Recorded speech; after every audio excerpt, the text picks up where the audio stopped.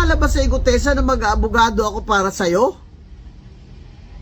Para sa ano? Sabi ni Gutesa, may nag-offer daw sa kanya na babae sa office daw ni Senator Marcoleta na ibigay ang number ko sa kanya kung gusto niyang tulungan ko siya sa affidavit niya. Dinamay mo pa ako. Isipin mo na lang.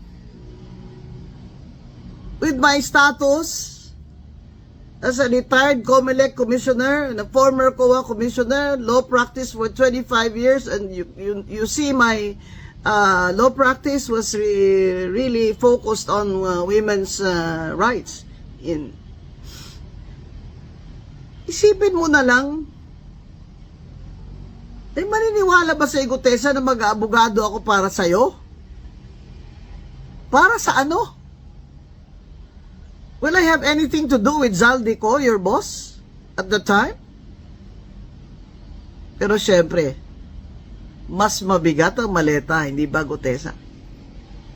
Syempre, yung boss mo ngayon, si Martin Romualdez na, my mortal enemy.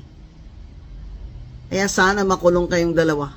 The ombudsman should file a perjury complaint against you because the ombudsman used Gutesa's affidavit in the plunder case of Martin Romualdez, and now he's recanting. The ombudsman should file a perjury case against Gutesa and include him as a co-conspirator in the plunder case versus Martin Romualdez. Tingnan mo lang kung makulong mo yan, ombudsman, kung hindi ba yan iiyak. Gutesa is undermining the authority of the ombudsman. The ombudsman used his affidavit in the case against Romualdez, and now he's recanting. He's now turning around and saying na hindi siya nag-deliver ng maleta kay Martin Romualdez. Yung boss mo, si Martin Romualdez, Gutesa, mortal enemy ko yan. Makukulong din yan. Ikulong na si Martin Romualdez! Lubog na ang Metro Manila sa baha at ang marami pang mga probinsya ang karatig nito. Ang Bulacan, Pampanga, Bataan, Zambales, ang La Union at iba pang mga lugar, pati ang mga matataas na lugar kagaya ng Baguio ay nalulubog rin sa baha sa sunod-sunod at halos walang tigil na pag-ulan. Pero wala pa pong bagyo nito. Ito po ay habagat lang. Maingay ang reklamo ng mga tao sa social media, sa news, tungkol dito sa nangyayari na ito na baha. Pero ang nakakabinging katahimikan ng mga progresibong di umano, ang mga pulahan, ang mga pink, yung mga dilaw, ay isang bagay na dapat nating pag-isipan. Nasa na yung mga sumisigaw ng kulong na yan, mga kurakot. Ito si Attorney Mike Operario, pag-usapan natin yan. At dito nga sa sunod-sunod na pag-ulan na ito ay ang daming lugar, even in Metro Manila, places na hindi naman dating ganoon binabaha at dati hindi na uli binabaha, ay ngayon ay lubog na naman uli sa baha. Paulit-ulit nating sinasabi noon na imbis na mag-focus, maggumasos ang pamahalaan ng napakaraming resources dito sa impeachment na ito, ang dapat nilang binibigyan ng solusyon at ang dapat na iniimbestigahan ay ang flood control fiasco. Pero ang mga pink, ang mga dilaw, yung mga tinatawag, yung mga sarili nilang progresibo, dito sila tuwang-tuwang nagko-concentrate. Pero ngayon, na umaalingaw-ngaw at kitang-kita natin ang katotohanan ng ating sinasabi. Itong flood control na problema na ito ay sasampal sa atin bilang isang bansa, isang araw. At yung araw na yan, naganap na. At nasaan kayo ngayon? Yung mga nagsasabing sila ay mga progresibo. Yung mga galit na galit doon kay Inday Sara sa 125 million. Kasama ba kayo sa mga nakalubog ngayon sa baha? Pero bakit tahimik kayo? Bakit wala kayong kibo? Wala bang nakakakita sa hanay ninyo sa kung ano ang nagaganap sa ating bansa? O mas pinipili ninyong manahimik Kasi ayaw ninyong hanggang ngayon maapektuhan si BBM. Ito ang dahilan kung bakit marami sa mga Pilipino ay kumakalas at humihiwalay dito sa mga nagsasabing sila ay mga progresibo, yung mga centrist o yung mga social democrats, yung mga tawag nating popular ay yung mga dilaw, yung mga pink, kasama na din yung mga nasa extreme left, yung mga makakaliwa, yung mga komunista at yung mga aktivista. Wala silang kibo ngayon tungkol dito sa nangyayari sa buong Pilipinas.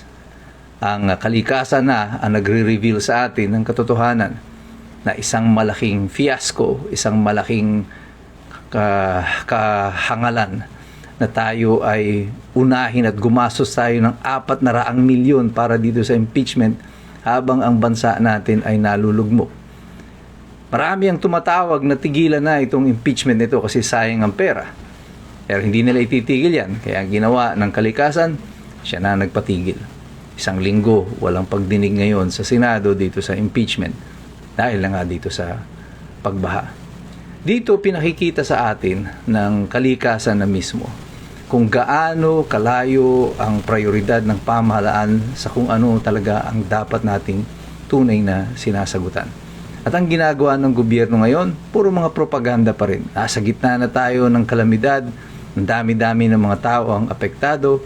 Ang gusto nila, puro pa-picture pa rin. Si Vince Dizon, pag huhupa ang baha, pupunta sa isang lugar, magmumura. Mamimigay sila ng stuffed toy, pupurihin ang mga sarili nila, at sasabihin na konti lang naman daw ang baha. At ngayon, si Claire Castro sinasabi, nakikinabang din tayo sa baha. These people are so insensitive na hindi nila halos maramdaman kung ano yung nararamdaman ng mga Pilipino. Alam nyo ba kung gaano kahirap pumasok sa trabaho ng ganito? Alam nyo ba kung gaano kahirap umuwi? Alam nyo ba kung gaano kahirap yung walang hanap buhay, yung mga mangingisda, yung mga magsasaka dahil dito sa sunod-sunod na pag-ulan? Naisip nyo pa ba sila? O ang iniisip nyo lang ay kung ano yung susunod ninyong propaganda para pagtakpan kung ano ang lahat ng inyong mga kapalpakan.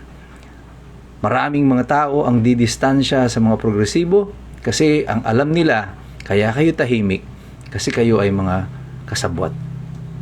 Ayaw ninyong kantiin ngayon ang administrasyon, ang pamahalaan, kasi ayaw ninyong mawala sa lugar ng biyaya.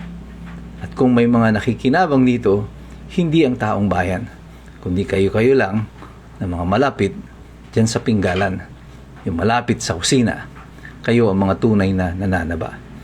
Kaya kung ano ang kasalanan nitong administrasyon na to, kung ikaw man ay aktibong sumusuporta sa pamahalaan o sa administrasyon na ito, o di kaya ay patuloy kang nananahimik sa kanilang mga ginagawang mga kabulastugan, ikaw ay titignan ng mamamayan bilang mga kasabwat dito sa ginagawang pagnanakaw sa taong bayan. Pero kaming lahat, ang mga iskumbro, hindi nyo na kami maloloko dito. Magaling na kami. Pero patuloy pa rin kaming makikilaho. Patuloy kaming magmamasid. Patuloy kaming mag-aaral. Kasi hindi kagaya ninyo. Alam namin, mahirap makialam ang taong walang alam. God bless you. God bless us all. Mabuhay ang Republika ng Pilipinas. We are the resistance.